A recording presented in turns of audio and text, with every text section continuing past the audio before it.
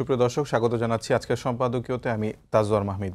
দুর্নীতির সঙ্গে ৮ উপদেষ্টার জড়িত থাকার অভিযোগ তুলেছেন সাবেক সচিব ও বিএনপি চেয়ারপারসনের একান্ত সচিব এবিএম আব্দুস সাত্তার।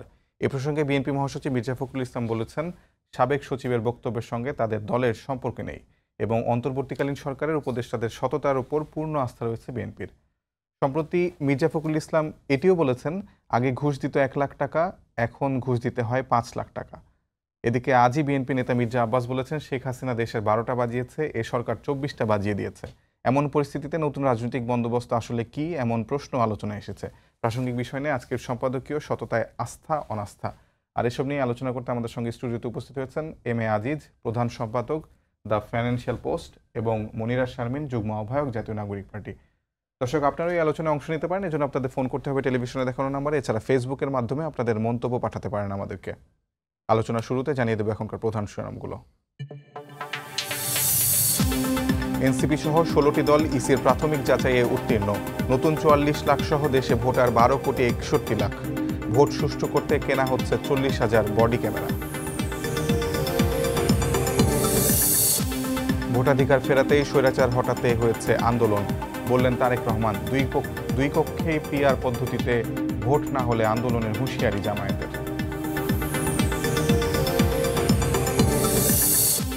জাহাঙ্গীরনগরের ছাত্র সংসদ নির্বাচনের তফসিল, ভোট 11 সেপ্টেম্বর। ছাত্র রাজনীতি নিয়ে সাংঘর্ষিক সিদ্ধান্ত না নেয়ার ঘোষণা ঢাকা বিশ্ববিদ্যালয় প্রশাসনের।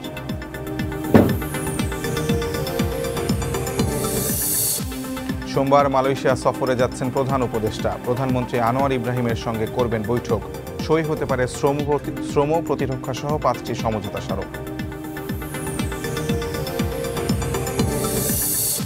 এবং মার্কিন শুল্ক ইস্যুতে ভূ রাজনৈতিক ফাঁদে পা দেবে না বাংলাদেশ, জানালেন নিরাপত্তা উপদেষ্টা। 1 বছরে 75 ভাগ বাণিজ্য ঘাটতি কমানোর প্রতিশ্রুতি।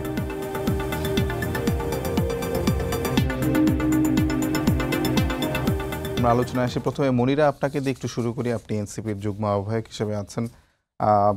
বিএনপির একজন বলা চলে যে মানে বিএনপি নেত্রী বেগম খালেদা জিয়ার একান্ত সচিব এবং একজন সাবেক আমলা, সাবেক সচিব, তিনি বলেছেন যে 8টি উপদেষ্টার দুর্নীতির তার কাছে তথ্য আছে, এমন অভিযোগ তিনি তুলেছেন। অপরদিকে আবার বিএনপি মহাসচিব বলেছেন যে সরকারের উপদেষ্টাদের প্রতি তাদের সততা নিয়ে একদম সম্পূর্ণ আস্থা আছে। আসলে বিএনপির আস্থা থাকলে আসলে আপনাদের মানে কি আস্থা আছে, কি আস্থা নেই? আপনাদের মনোভাব কি আসলে এই সরকারের উপদেষ্টাদের নিয়ে? দেখেন, যারা আসলে আগে দেখছেন তাদের শুভেচ্ছা, এবং আমার সহ আলোচক আজিজ ভাইকে শুভেচ্ছা। মূলত এই যে সরকারটি গঠিত হয়েছে, এখানে আমি যদি বলি আমার পারসেপশনের থেকে, আমি জনগণের পারসেপশন, যতটুকু আমরা কথা বলি আসলে মতবিনিময় হয় মানুষের কিন্তু আসলে সব উপদেষ্টাদের নিয়ে খুব বেশি উচ্ছ্বসিত না। এবং উপদেষ্টাদের আসলে কর্মকাণ্ড বিভিন্ন ক্ষেত্রে আমরা দেখি বিতর্কিত কর্মকাণ্ড, বিভিন্ন সময় তারা বিভিন্ন মন্তব্য করে বিতর্কিত হয়েছেন, এবং বিভিন্ন সময় দেখা যায় যে তাদের আসলে যেই কাজ, সেই কাজের বাইরে অন্য একটি বিষয় নিয়ে তাদের আগ্রহ অনেক বেশি। এই ধরনের অনেক বিষয়ে আসলে তারা নিজেদের জায়গা থেকে অনেকখানি, আমি যদি বলি, সেটা একটা বিতর্ক তৈরি করেছেন। সুতরাং সেই জায়গা থেকে জনগণের আস্থা আসলে অন্যান্য উপদেষ্টার প্রতি একটু নেতিবাচক, হয়তো সেরকম আস্থা তারা পান না। তবে এখানে একদমই তৃণমূল পর্যায়ের মানুষ পর্যন্ত একজনের উপর আস্থা আছে, সেটা হচ্ছে প্রধান উপদেষ্টা ডক্টর ইউনূসের ব্যাপারে সকলের একটা আস্থার জায়গা আছে, এখন পর্যন্ত আছে। কারণ দেখেন, এই অভ্যুত্থান পরবর্তী সময় আমাদের সকল রাজনৈতিক দল এবং ছাত্র জনতা সবাই, এবং সকল রাজনৈতিক দল বলেন, সামাজিক সংগঠন বলেন, সবাই কিন্তু একেবারে নিরঙ্কুশভাবে এই সরকারকে সাপোর্ট দিয়েছে। এবং আমি যদি বলি, প্রধান উপদেষ্টা তো দেশে আসার পরে অনাস্থার তো একটা জায়গা আছে। প্রধান উপদেষ্টা যখন দেশে এসছেন তখন কিন্তু মাত্র 3টি উপদেষ্টার আসন ফাঁকা ছিল, এবং তার আগেই কিন্তু বিভিন্ন রাজনৈতিক দলের পক্ষ থেকে বিভিন্ন নাম কিন্তু প্রস্তাবনা করা হয়েছে, এবং অনেকেই হয়ে গেছেন আসলে উপদেষ্টা। তো সেই জায়গা থেকে তো এখানে একেবারে স্বচ্ছ থাকবে, এবং সেটা ভাববার কোনো বিষয় নেই। তবে আর্থিক কেলেঙ্কারির যে বিষয়টি মানে সাত্তার সাহেব বলেছেন, উনি তো আসলে নানান সময় নানান ধরনের ধরনের মন্তব্য করে বিতর্কের জন্ম দিয়েছেন। এর আগেও আপনার মনে থাকবার কথা যে উনি একটা আন্দোলনের ঘোষণা দিয়েছিলেন এই যারা আসলে প্রশাসন ক্যাডার যারা তাদের আসলে কত পার্সেন্ট তারা আসলে প্রশাসন ক্যাডার থাকবে এবং এই জনপ্রশাসন সংস্কার নিয়ে আসলে তো যেখানে আসলে এটিও প্রশ্ন যে উনি আসলে এই ধরনের মন্তব্য করতে পারেন কিনা। কিন্তু একটা খুবই সুখের বিষয় এটাই যে বিএনপি তার কথাটা আসলে ডিজোন করেছেন। তো সেই জায়গা থেকে আপনাদের যারা আসলে আপনি বলছেন যে প্রধান উপদেষ্টা সবারই আস্থা আছে কিন্তু কম বেশি অনাস্থা আছে আবার অনেক উপদেষ্টার প্রতি, আপনাদের যারা সহযোদ্ধা সহকর্মী রাজনৈতিকভাবে আপনাদের সঙ্গে যাদের সম্পর্ক আছে এমন দুজন তো আছেন উপদেষ্টা পরিষদে, তাদের নিয়ে আপনার মন্তব্য কি, তাদের পারফরমেন্স আপনাদের কেমন লাগে? দেখেন, আমি একেবারে যদি নিরপেক্ষভাবে ব্যক্তিগতভাবে বলি, সেটা আমার কাছে মনে হয়েছে যে এখানে দুইটি পক্ষের, আমি যদি বলি প্রধান উপদেষ্টা আসলে নিজের অবস্থান অনেক বেশি শক্ত করতে পারতেন, নিজেকে আপার হ্যান্ডে নিয়ে যেতে পারতেন জনগণের পক্ষে থেকে, কারণ জনগণ তার পক্ষে আছে। সকল রাজনৈতিক দলের সাথে কথা বলে বিভিন্ন সময় বিভিন্ন যেই ধরনের সংকটের মধ্যে দিয়ে আমাদের দেশ গেছে 5 আগস্ট পরবর্তী সময়, সেখানে তার আসলে যে জায়গাটা সেটা আরও উপরে নিয়ে যেতে পারতেন উনি যদি একটু শক্ত অবস্থান নিতেন। কিন্তু আমার মনে হয়েছে উপদেষ্টা পরিষদের অনেক উপদেষ্টাই তাকে নানানভাবে বিভ্রান্ত করে তাকে আসলে পুরোপুরি সাপোর্ট দিতে পেরেছেন কিনা এটা একটা প্রশ্নের ব্যাপার। এবং আমি আরো একটা বিষয় বলতে চাই, আমাদের শেখ হাসিনাকে আগে যেমন ভুল বোঝানো হতো, ভুল বোঝানোর থেকে এইটা কেন গুরুত্বপূর্ণ সময়, কারণ সেটা তো একটা নর্মাল সময় ছিল। শেখ হাসিনা তো আসলে 3টি অবৈধ নির্বাচন করে সেটা নর্মালাইজ করে ফেলেছিলেন। কিন্তু এই সময়ের ব্যাপার হচ্ছে যে এখানে তো বেশ কিছু স্টেক হোল্ডার আছে স্টেটের, যে যদি বলেন আর্মি, অনেকেই বলেন যে 1-11 হয়ে যাচ্ছে, আর্মি মেনে নিবে না, অমুক তমুক, এইভাবে নানান ধরনের কথা বলে সরকারকে, এবং আমি যদি বলি স্পেসিফিকলি প্রধান উপদেষ্টাকে এক ধরনের কনফিউজড করে রাখা। এবং উনি তো একেবারে সিঙ্গেল হ্যান্ডেডলি অনেক কিছু করতে পারবেন না। 11 কথাটা আপনি যেহেতু বললেন, এরকম একটা পোস্ট দেওয়া, ডিলিট করে দেওয়া এবং মানে সরকারের যে এরকম ধরনের সিরিয়াস কথা ফেসবুকে বলা এবং তারপর উজ্জ্বল করে নেওয়া, মানে এই বিষয়গুলোকে আপনারা কিভাবে দেখেন? এই বিষয়গুলো দেখেন, স্বাভাবিকভাবে এই বিষয়গুলো যদি বলি উপদেষ্টা পর্যায়ে যারা আছেন তাদের কাছে নিশ্চয়ই আমি যদি বলি ডিপ স্টেটের কোনো তথ্য তাদের কাছে থেকে থাকতে পারেন, তবে এটা অবশ্যই পাবলিশ করার ক্ষেত্রে এটা অনেক সতর্কতার একটা বিষয় আছে। এবং আমি প্রধান উপদেষ্টার কথা যেমন বললাম, সেখানে আমি আমার সহযোদ্ধা, আমার মানে আমি যদি বলি আন্দোলনের সহযোদ্ধা, আমার যে 2 জন উপদেষ্টা আছেন, ছাত্র উপদেষ্টা, তাদের ক্ষেত্রেও আমি এটা বলতে চাই যে তারাও কিন্তু নিজেদের, মানে তাদের যে বিপ্লবী চেতনা, সেটা কিন্তু আমরা এই অভ্যুত্থান পরবর্তী সময় আমরা যেরকম আশা করেছিলাম তারা সরকারের থেকে হয়তো সেই বিপ্লবী চেতনাটি এবং জুলাইয়ের যে রাজনীতি বা জুলাই নিয়ে যে আসলে সরকারটিকে এগিয়ে নিয়ে যাওয়া, সেটাও আসলে আমরা অনেকখানি কম দেখেছি। তারাও কিন্তু নিজেদের আপার হ্যান্ডে রাখতে পারতেন, তারা যদি সেইভাবে করে আসলে প্রধান উপদেষ্টা সহ অন্যান্য সবার সাথে আসলে সেইভাবে আসলে কথাবার্তা বলে নিজেদের সেই জায়গায় নিয়ে যেতে পারতেন। কিন্তু এখানে সংকটের ব্যাপার এটাই যে এই যে আমি বললাম যে প্রধান উপদেষ্টা দেশে আসার আগেই আসলে উপদেষ্টা পরিষদের বেশ কিছু উপদেষ্টা আসলে তখন তারা অ্যাসাইন যে হ্যাঁ তারা আসলে উপদেষ্টা হচ্ছেন, এটা আমরা জানি। সুতরাং এই জায়গাতে আসলে তো রাজনৈতিক বিভিন্ন পক্ষ আছে এবং আপনি যদি বলেন যে এখানে সেনাবাহিনী আছে এবং সকলের সাথে তো আসলে একটা নেগোসিয়েশনের পরেই তো এই উপদেষ্টা পরিষদ গঠিত হয়েছে। সুতরাং সেই জায়গা থেকে সব জায়গারই একটা ক্যালকুলেশন আছে এবং সেখানে একেবারে শতভাগ নিশ্চিত হয়ে এটা বলা এটাও ঠিক না যে আসলে এভাবে করে। এবিএম সাত্তারের কথা যদি আমি একদমই বলি যে উনি যেভাবে করে বলেছেন, যখন গণমাধ্যমে কথা বলার সময় আসলে উনি যেভাবে প্রমাণের কথা বলেছেন, প্রমাণ সামনে নিয়ে আসলে সেটা ভালো হতো, কিন্তু অনুমান নির্ভর কথা আমরা যত কম বলবো ততই ভালো। অসংখ্য ধন্যবাদ। আপনার উপদেষ্টা সহযোদ্ধাদের কথা আমরা শুনছিলাম, এর পরবর্তী পর্যায়ে আপনার এখন এনসিপি সহযোদ্ধাদের বিষয়ে আমার কিছু প্রশ্ন আছে, সেগুলো নিয়ে আসবো। তার আগে আমি আজিজ ভাই আপনার কাছে জানতে চাই যে বিএনপি যে এরকম মানে কি বলবো মানে স্ববিরোধী বক্তব্য, এই বিষয়টার কারণ কি? এবং এখন আসলে সরকার যেভাবে, সরকারের মধ্যে থাকা লোকজন যেভাবে 1-11-এর কথা বলে কিংবা সেটা বলে আবার ফেসবুকে পোস্ট দেয় আবার সেটা সরিয়ে ফেলে, সেটাকে আসলে সরকারের অনেক বেশি দুর্বলতার পরিচয় দেয় কিনা আপনি কি মনে করেন? দেখেন, ধন্যবাদ আপনাকে। আসলে দেশটায় প্রথম দিকে প্রধান উপদেষ্টা যত কথা বলতো না, বললে তবে কিন্তু দিয়ে কথা বলতো, যার ফলে এই আস্থার গ্যাপটা তৈরি হয়েছে। এবং প্রথম থেকেই বিএনপি যেহেতু একটা সরকার পালিয়ে গেছে, তারপর থেকেই মনে করে, কারণ সংবিধানেও আছে একটি সরকার একটি পার্লামেন্ট শেষ হলে 3 মাসের ভিতরে নির্বাচন। সেই কারণে একটি দেশের স্থিতি আসতে নির্বাচন দরকার। বিএনপি সেই জন্যেই আপনার সবসময় নির্বাচন চেয়েছে। অন্য দলরা অস্বীকার করে ওই সেই, যেমন জামাত সব সিটে নমিনেশন দিয়ে ফেলছে, অর্থাৎ বিএনপি এখানে কিন্তু দ্বিচারিতা করে নাই। হ্যাঁ, এখন প্রশ্ন হচ্ছে, যেটা প্রশ্ন আপনি যেটা করলেন ফখরুল ইসলাম আলমগীর সাহেব, তিনি কিন্তু বরাবরই এই বিএনপি কিন্তু এই সরকারকে সমর্থন দিয়েছে। হয়তো নির্বাচনের জন্য মাঝে মধ্যে এদিক সেদিক কথা বললেও ফাইনালি তারা কিন্তু পরিষ্কারভাবে বলেছে, ভারপ্রাপ্ত চেয়ারম্যান সহ তারেক রহমান সহ, যে এই সরকারের প্রতি সমর্থন আছে এবং সমর্থন ছিল, এটা ঠিক। তবে এখানে যে আব্দুল সাত্তার সাহেব যিনি বললেন, তিনি কিন্তু বিএনপির অংশ না, তিনিও একজন আপনার স্টাফ ধরতে পারেন, বেগম খালেদা জিয়ার স্টাফ, তিনি পিএ। বেগম খালেদা জিয়ার স্টাফ বিএনপির অংশ না কেমন করে? বেগম খালেদা জিয়ার স্টাফ তো বিএনপির অংশ হওয়ার কথা না, বিএনপির অংশ না, তিনি কর্মচারী ধরেন। তিনি তো আবার দেখেন ওই প্রাক্তন যে অফিসার আমলারা আছে সেই অ্যাসোসিয়েশনের তিনি সভাপতি, সভাপতি। সুতরাং ধরেন ফখরুল ইসলাম আলমগীর এবং ওনার ভিতরে তো পার্থক্য আছে। আর বাংলাদেশে যেটা হয়, যে চাঁদা দেয় সেও স্বীকার করে না, যে চাঁদা নেয় সেও স্বীকার করে না, ঘুষ নিয়ে তো কেউ স্বীকার করবে না।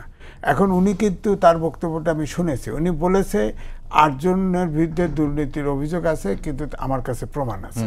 তো সেটা সরকারের পক্ষ থেকে যদি উষ্মা প্রকাশ করে বা সরকার যদি এফেক্টেড হয়, তার কাছে জিজ্ঞেস করুক প্রমাণটা কি। সরকার তো প্রতিবাদ জানিয়েছে, জনপ্রশাসন মন্ত্রণালয়ের এটা প্রতিবাদ জানানো।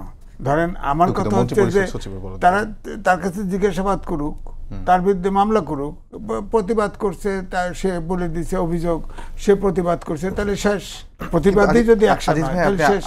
আপনি সাত্তার সাহেব এবং মির্জা ফখরুল ইসলাম আলমগীরকে একসঙ্গে মেলাতে চাচ্ছেন না, কিন্তু মির্জা আব্বাস তো বিএনপির একজন গুরুত্বপূর্ণ নেতা। তিনি বলছেন যে আওয়ামী লীগ দেশটার 12টা বাজাই দিছে, আর এই অন্তর্বর্তী সরকার 24টা বাজাই দিছে। তাহলে আসলে কিভাবে সমর্থন করছে বিএনপি?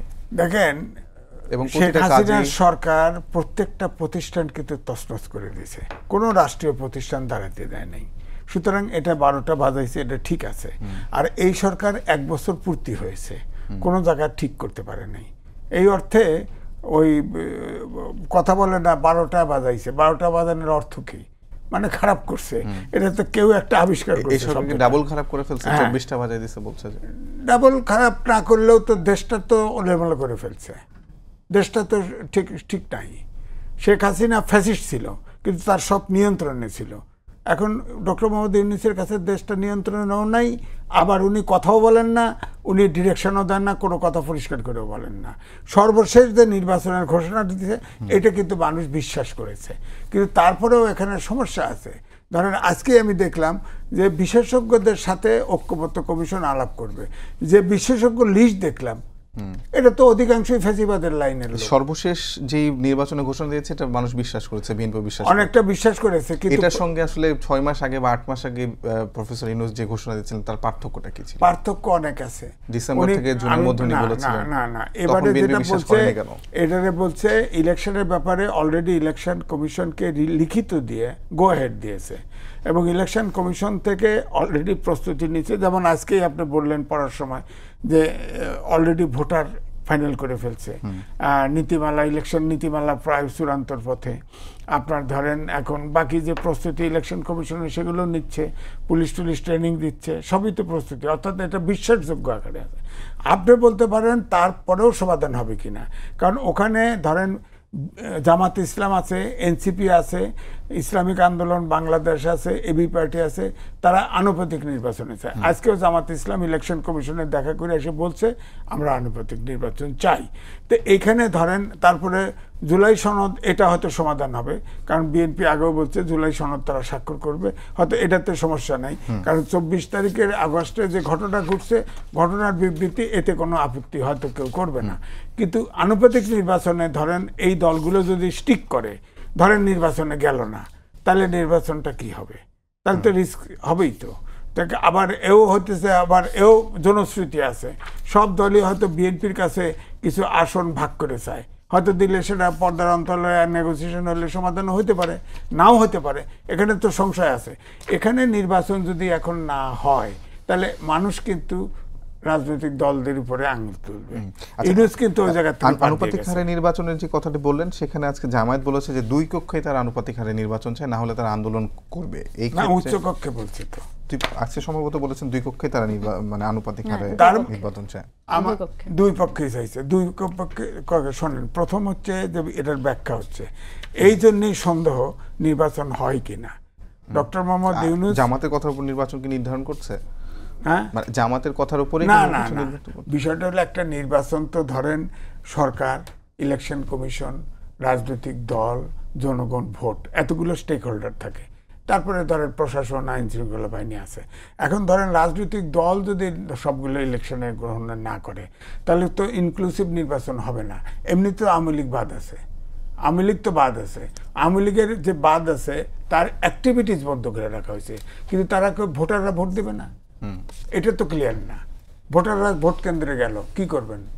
ভোট দিতে দিবেন না। অ্যাক্টিভিটিস, কার্যক্রম বন্ধ রাখছেন।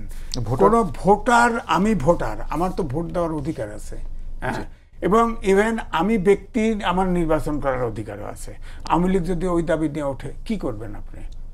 তার যার বিরুদ্ধে কেস আছে, খুন আছে, চুরি আছে, মামলা আছে, তারা বাদ দেন, কিন্তু এর বাইরে যারা আছে তারা যদি দাঁড়ায়, যেমন ধরেন জাতীয় পার্টি, এটা তো ভালোই বলছেন যে জাতীয় পার্টি 14 দলের ভিতরে যারা আছে সবাই জেলে আছে, হ্যাঁ। জাতীয় পার্টির 2 ভাগ হয়েছে, 1 ভাগ ক্ষমা চাইছে, হ্যাঁ, এবং আরেক ভাগ আলাদা গেছে, তারাও নির্বাচন চায়, নির্বাচনে ইনক্লুসিভ নির্বাচনে অংশগ্রহণ করতে চায়, এরাও নির্বাচনে চায়।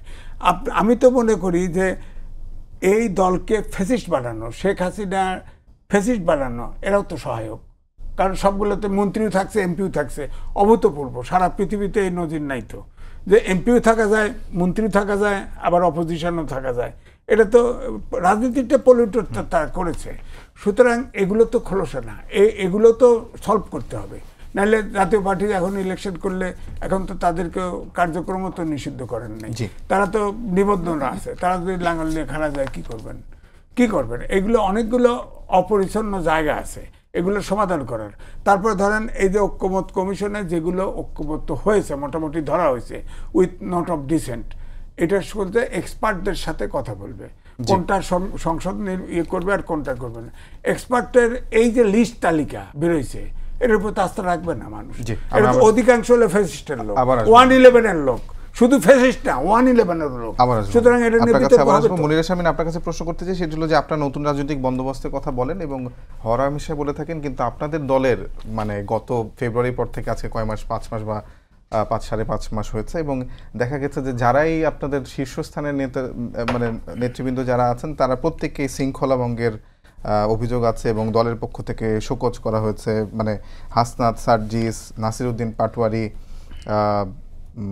তাসনিম জারা, আব্দুল হান্নান মাসুদ, এরকম বড় বড় নেতা সবগুলোই শোকজের অধীনে আসছে। তাহলে আসলে আপনাদের নতুন রাজনৈতিক বন্দোবস্তের ফর্মুলাটা কি? এবং আসলে এত বেশি বিশৃঙ্খলা যে এখন আপনারা ক্ষমতার বাইরে থেকেই করছেন, অভ্যন্তরীণভাবে ক্ষমতায় গেলে আপনারা আসলে আরও বিশৃঙ্খল হয়ে পড়বেন কিনা, এমন প্রশ্ন তো আছে মানুষের মনে। না দেখেন, মানে সাংগঠনিক শৃঙ্খলা ভঙ্গ, এটা তো সাংগঠনিকভাবেই ডিল করতে হবে, হ্যাঁ। আর বিষয়টা হচ্ছে যে বরং এটা তো আমি পজিটিভলি দেখি যে আব্দুল হান্নান মাসুদকেও শোকজ করা যায়, তাসনিম জারাকেও শোকজ করা যায়, হাসনাত আবদুল্লাহও শোকজের বাইরে না, তাকেও কোয়েশ্চেন করা যায়, তাকেও কোনো একটা কারণে অ্যাকাউন্টেবল করা যায়। প্রথমত ব্যক্তিগতভাবে আমি মনে করি না যে আসলে কারোর ব্যক্তিগত কোনো বিষয়ে পার্টি হস্তক্ষেপ করতে পারে।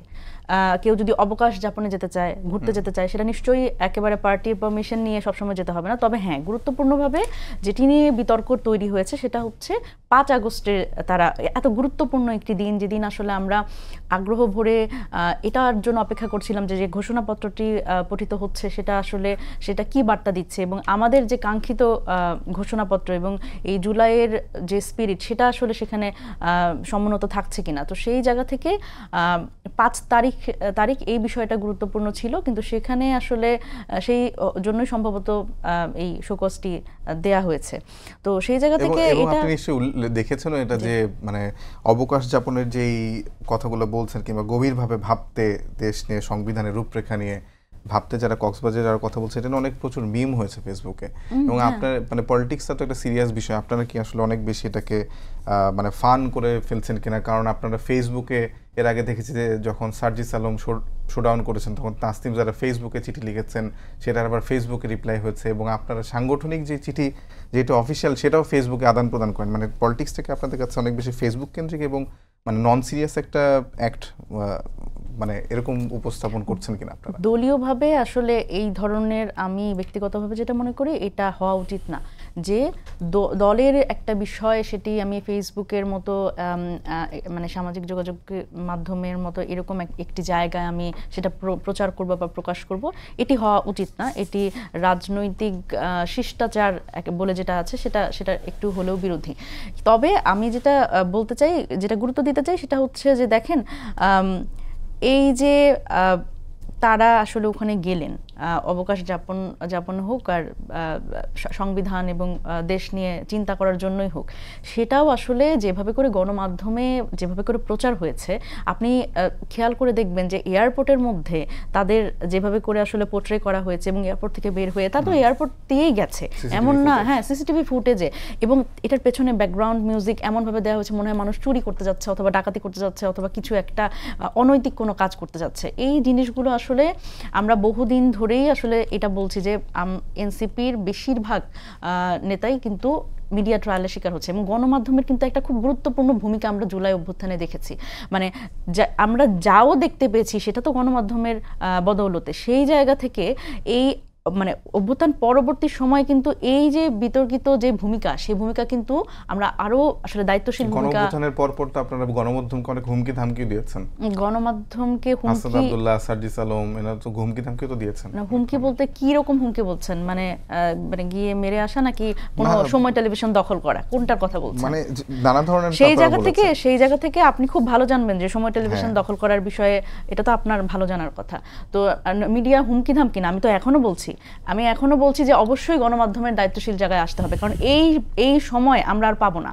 এই অভ্যুত্থান পরবর্তী বাংলাদেশে যদি যেই সংস্কারগুলোর কথা আমরা বারবার করে বলছি, গণমাধ্যম সংস্কার কমিশন গঠিত হয়েছে, কিন্তু কি আসলে মানে সত্যিকার অর্থে আমরা কি পেয়েছি, এবং যে ধরনের মিডিয়া ট্রায়ালের শিকার আমরা হচ্ছি, এটা তো হওয়ার কথা না। এবং ফটো কার্ড দিয়ে, এবং আমি আরো গুরুত্বপূর্ণভাবে বলি, আমাদের যে নারী নেত্রীরা আছে, আপনি দেখেন তাসনিম যারা সেখানে গেছে, কিন্তু তাসনিম যারার ব্যাপারে যে কুরুচিপূর্ণ কথাবার্তা গণমাধ্যমে এসছে, ফটোকার্ড মানে জাস্ট একটা চটকদার ফটোকার্ড বানিয়ে সেটা প্রচার করা, এটা তো গণমাধ্যমের দায়িত্বশীল ভূমিকা না। আমি যদি বলি একেবারে লিস্টেড প্রথম সারি গণমাধ্যম অনেকেই এই কাজগুলো করেছে। এবং আরো গুরুত্বপূর্ণভাবে যে বিভিন্ন রাজনৈতিক দলের যারা আসলে সমর্থক, বা আমি যদি বলি যে তারা দায়িত্বশীল জায়গায়, তারাও কিন্তু এই ধরনের ফটো কার্ডে নানান ধরনের বাজে মন্তব্য করেছে, কিন্তু সেগুলোও কিন্তু রাজনৈতিকভাবে ডিল করা হচ্ছে না, তাদের বিরুদ্ধে কোনো ব্যবস্থা নেওয়া হচ্ছে না, সেটা বিএনপির পক্ষ থেকেও নেওয়া হচ্ছে না, এবং আপ বাংলাদেশেরও এরকম একটা আমরা দেখেছি। এবং আপনি নারী নেত্রীর কথা বলছিলেন, আমি এই পর্যায়ে একটু নীলা ইসরাফিলের কথা বলতে চাই। তিনি গতকাল বা পরশু তিনি ফেসবুকে পোস্ট দিয়েছেন যে তার উপর যেই এনসিপি নেতা কর্মীরা যেই মানে অন্যায় আচরণ করেছেন তার যদি ক্ষমা আছে, তাহলে তিনি আপনাদের একজন নেতা তার ভিডিও প্রকাশ করবেন। আমি জানতে চাই যে সারোয়ার তুষারের এখন সাংগঠনিক অবস্থা কি, এবং আপনারা কি ক্ষমা মানে তার কাছে চাবেন কিনা? আপনাদের কি মনে হয় কিনা আপনার নীলা ইসরাফিলের প্রতি কোনো ধরনের অন্যায় করেছেন? শোনেন, প্রথম কথা হচ্ছে যে এই নীলা ইসরাফিল, এই বিষয়টা আপনি এনেছেন, খুবই খুবই ধন্যবাদ আপনাকে এর জন্য।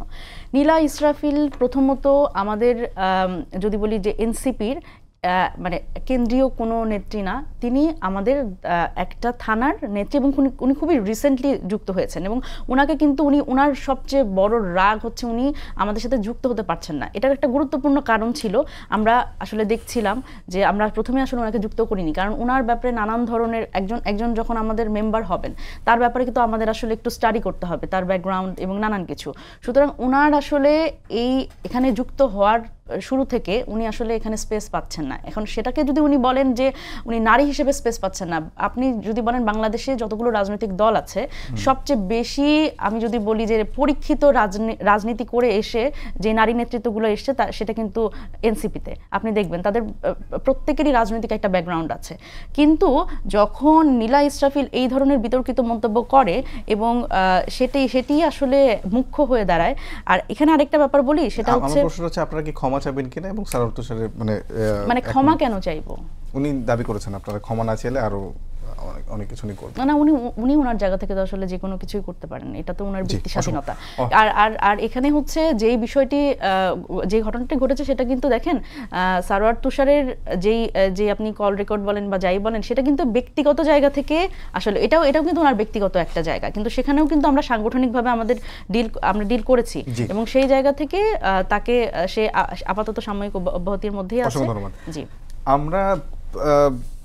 আমরা আসলে, আপনি আজিজ ভাই জানেন যে আমরা দীর্ঘদিন ধরেই অপেক্ষা করছিলাম এবং আমরা শুনেছিলাম যে তারেক রহমান 5 আগস্টের আগেই ফিরবেন দেশে, কিন্তু উনি ফিরছেন না। এটার কারণ কি, আপনার কি মনে হয়? দেখেন, এটা একটা ডাইরেক্ট বিএনপির লোক উত্তর দিলে ভালো হতো।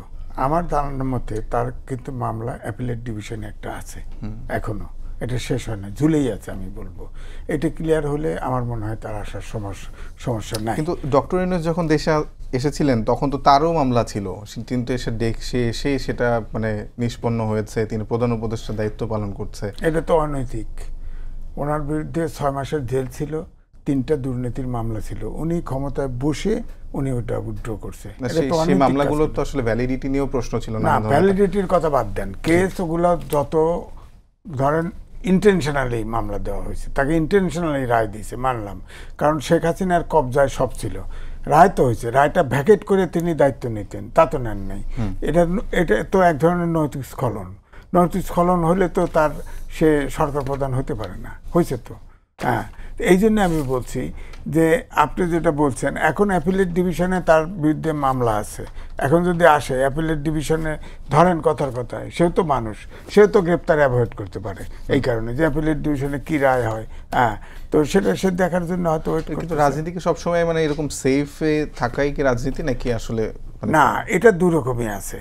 এখন তো এটা নির্দলীয় সরকার, এখন তো অনেকটা ফ্রি ফল অল নির্দলীয় সরকার, তার ভিতরে তো জেলে যাচ্ছে মানুষ। আপনার যেমন মনিরা বললো, জানে কি না আমি জানি, শোনেন, গণমাধ্যমের ব্যাপার আমি বলি, বৈষম্য বিরোধী 5ই আগস্টের পরে একটা মব সন্ত্রাস, বলবো আমি, মব জাস্টিস নয়, সন্ত্রাস শুরু হলো। প্রথম প্রেস ক্লাবে এসে বৈষম্য বিরোধীর কয়েকজন এসে একটা লিস্ট দিল যে এরা ফ্যাসিস্টের দোসর, তাদের মেম্বারশিপ প্রেস ক্লাবে চলে গেল, কারণ সাহস পায় নাই রাখতে। তারপরে আপনি দেখেন যে অ্যাক্রিডিটেশন কার্ড, বাংলাদেশ পৃথিবীতে নজির পাবেন না, সব সাংবাদিকের অ্যাক্রিডিটেশন কার্ড এক ধাক্কায় বাতিল হয়ে গেছে। হ্যাঁ, 2 আপনি দেখেন অনেক পত্রিকার টেলিভিশনের স্টাফ চেঞ্জ হয়ে গেছে। হ্যাঁ, এগুলো কিন্তু প্রমাণ করা যে চাকরি নিছে বা সে চাকরি নিছে হেউ স্বীকার করবে না, কিন্তু বদল তো হয়েছে, আগের সেট তো নাই। হ্যাঁ, ধরেন আপনাদের সময় টিভিরও তো আগের সেট নাই। হ্যাঁ, তো গেল। 2 হচ্ছে ধরেন 166 জন সাংবাদিক গ্রেপ্তার আছে, তার ভিতরে অনেকের হত্যা মামলা আছে। কোনো সাংবাদিক হত্যা করছে, মামলা আছে, ঠিক আছে, মামলা যদি দুর্নীতির মামলা থাকে, সন্ত্রাসের মামলা থাকে, তাদের বিচার করেন, সমস্যা নাই, কিন্তু তাদের বেল হেয়ারিংও হয় না, তারা মুক্তিও পায় না। এই যে 5ই আগস্টের পরে ধরে নিয়ে গেছে, তাহলে সাংবাদিক এই জন্য তো এই আমার তো মনে হয় সব সময় সবচেয়ে বেশি সেলফ সেন্সরশিপ চলছে। হ্যাঁ, এই জন্যই বলা হয় যে রিপোর্টার্স উইথ বর্ডার যে রিপোর্ট দেয় প্রত্যেক বছর, এবারে দেখবেন রিপোর্ট, গতবারের রিপোর্ট বেরোলে আমাদের দেখে পয়েন্টটা অনেক ডাউন হবে। এগুলো উদাহরণ আছে তো, এগুলো আছে তো।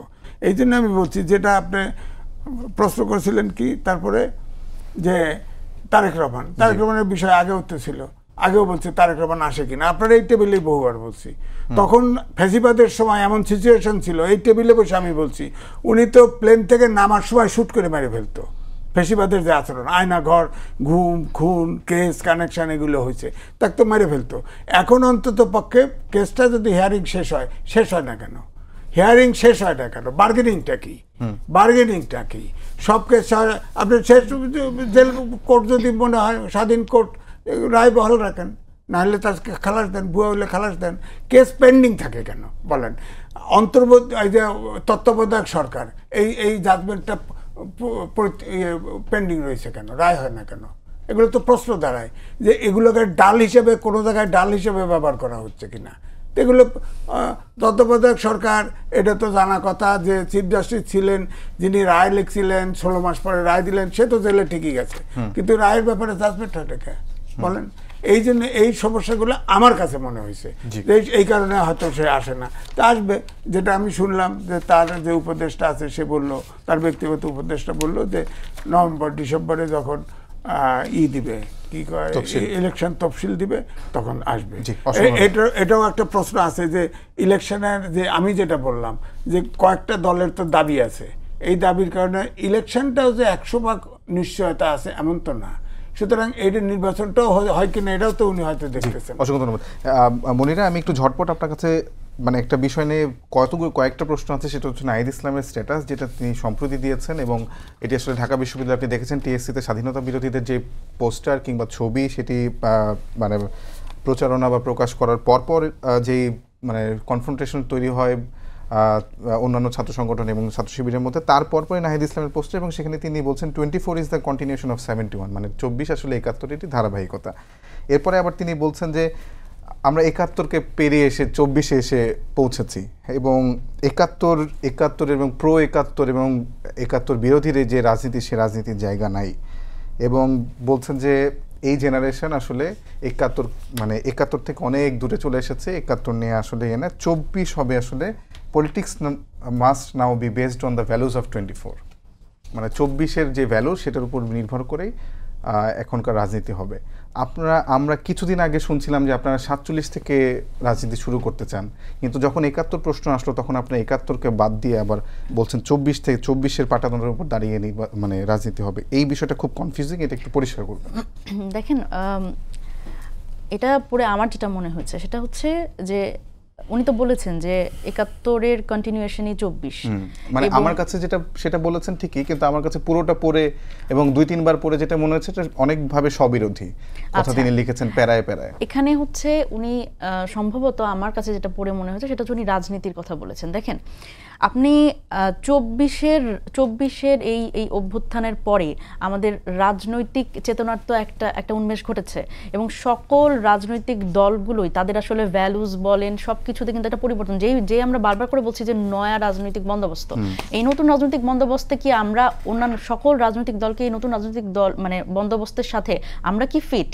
দেখেন, 24 যে কোনো আমাদের প্রত্যেকটা মানুষে একটা খারাপ মানুষ বলেন, কিন্তু সে 24-এ আন্দোলন করতে এসে তার মধ্যে একটা পরিবর্তন ঘটে গেছে। আপনি এই রাজনৈতিক দলগুলোর মধ্যেও তো একটা পরিবর্তন আসার কথা আমরা আশা করেছিলাম, কিন্তু আমরা যে বারবার করে এই পুরনো শাসনতান্ত্রিক কাঠামোর মধ্যে বসে আমরা নতুন রাজনৈতিক বন্দোবস্তের কথা বলছি, কিন্তু নতুন রাজনৈতিক বন্দোবস্ত করার জন্য আমাদের যতগুলো কম্পোনেন্ট আছে সবগুলো কি রেডি? তা তো রেডি না। সুতরাং আমাদের খুবই সরল, আমি আপনাদের তাত্ত্বিক আলাপ সবই বুঝি, কিন্তু আমার প্রশ্নটা সরল যে আপনারা যখন 47 থেকে মানে 7 দিন আগেও 47 থেকে রাজনীতি শুরু করার কথা বলেন, কিন্তু যখন 71 একটা কনফ্রন্টেশনাল সিচুয়েশন আসে তখন আপনারা বলেন যে politics must now be based on the values of 24 those who want to return to 71 আর denying the new political reality of 24। Exactly, আমার মনে হয় যে এটা অনেকখানি মানে ইচ্ছাকৃতভাবে এটাকে মুখোমুখি, যখন এটা ইটস অ্যাবাউট এনসিপি, তখন এটা ইচ্ছাকৃতভাবে 71 এবং 24-এর এই কনফ্লিক্টটা সামনাসামনি দাঁড় করানো হয়। আমার তো মনে হচ্ছে যে মানে স্ট্যাটাসটা পরে আমার মনে হচ্ছে যে আপনারা কি আসলে নিজেরাই ইচ্ছাকৃতভাবে না আমরা ইচ্ছাকৃতভাবে এটা করছি না। আমরা যেটা বলছি সেটা হচ্ছে আমাদের যে লড়াইয়ের শুরু আমরা 47 থেকে, যেটাকে আমরা 47ও একনলেজ করতে বলছি, কারণ আমাদের মানে সেই 47 থেকে আমাদের একনলেজ করতে হবে, আমাদের জার্নিটা সেখান থেকে শুরু করতে হবে। এরপরে এসেছে 71, এরপরে আমাদের ভাষা আন্দোলন বলেন, তারপরে 71 এসেছে, এবং 24-এর এই কন্টিনিউশনটা তো আমরা 24 পর্যন্ত এসেছি, কারণ আমরা যে রাষ্ট্র চেয়েছিলাম সেটা তো পাইনি। সুতরাং এই 24-এ এসে আমাদের যে অপ্রাপ্তিটা, আমরা যে সেকেন্ড রিপাবলিক বলছি, তাহলে সেটারও তো কিছু ভ্যালুজ আছে। আমরা বারবার করে বলছি ঘোষণাপত্রটি আমরা তফসিলে নয়, আমরা প্রস্তাবনায় চাচ্ছি, মানে দিস ইজ দ্য পলিটিক্স। স্পষ্ট আমার কাছে 1.5 মিনিট সময় আছে, আমি আজিজ ভাইকে এই প্রশ্নটাই করতে চাই যে politics must now be based on the values of 24 those who want to return to 71 are denying the new political reality of 24। দুটো কারণে এনসিপির নেতারা বিতর্কে জড়িয়ে গেছে। একটি হচ্ছে এই সব কথা বলা, আমি বলছি যেমন 47 থেকে শুরু করছে, 52-র খবর নেই। 52 পৃথিবীতে একটি জাতি, আর তারা মৃত্যুবরণ করে জীবন দিয়ে ভাষা, এই যে বাংলা ভাষায় কথা বলি, বাংলা ভাষা অর্জন করছে। 47 সালে দ্বিজাতির তত্ত্ব ভিত্তিতে স্বাধীন হয়। হ্যাঁ, তার আগে ক্ষুদিরাম আমাকে জীবন দিয়েছে, বাঁচলাম ব্রিটিশ আন্দোলনের বেগে, কিন্তু ফাইনালি দ্বিজাতির তত্ত্বের ভিত্তিতে, অর্থাৎ মুসলমান হিন্দু।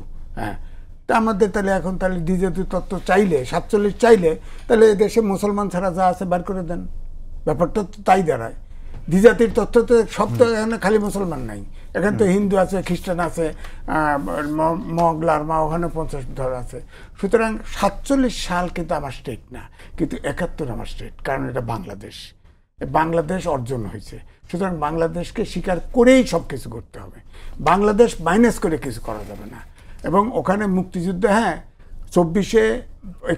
71 যা চাইছি আমরা, ধরেন আমি মুক্তিযুদ্ধ করেছি, সেখানে মানবিক বাংলাদেশ চাইছি, আইনের শাসন চাইছি, সুশাসন চাইছি, বৈষম্য, পাকিস্তান আমার বিরুদ্ধে বৈষম্য চাইছি, 24 আমরা এটাই আকাঙ্ক্ষা করেছি। জি, অসংখ্য ধন্যবাদ আপনাদের দুজনকে। আজিজ ভাই আর সময় দিতে পারছি না, সবাইকে ধন্যবাদ জানিয়ে শেষ করছি আজকে সম্পাদকীয়। আগামীকাল আবারও দেখা হবে একই সময়। শুভরাত্রি।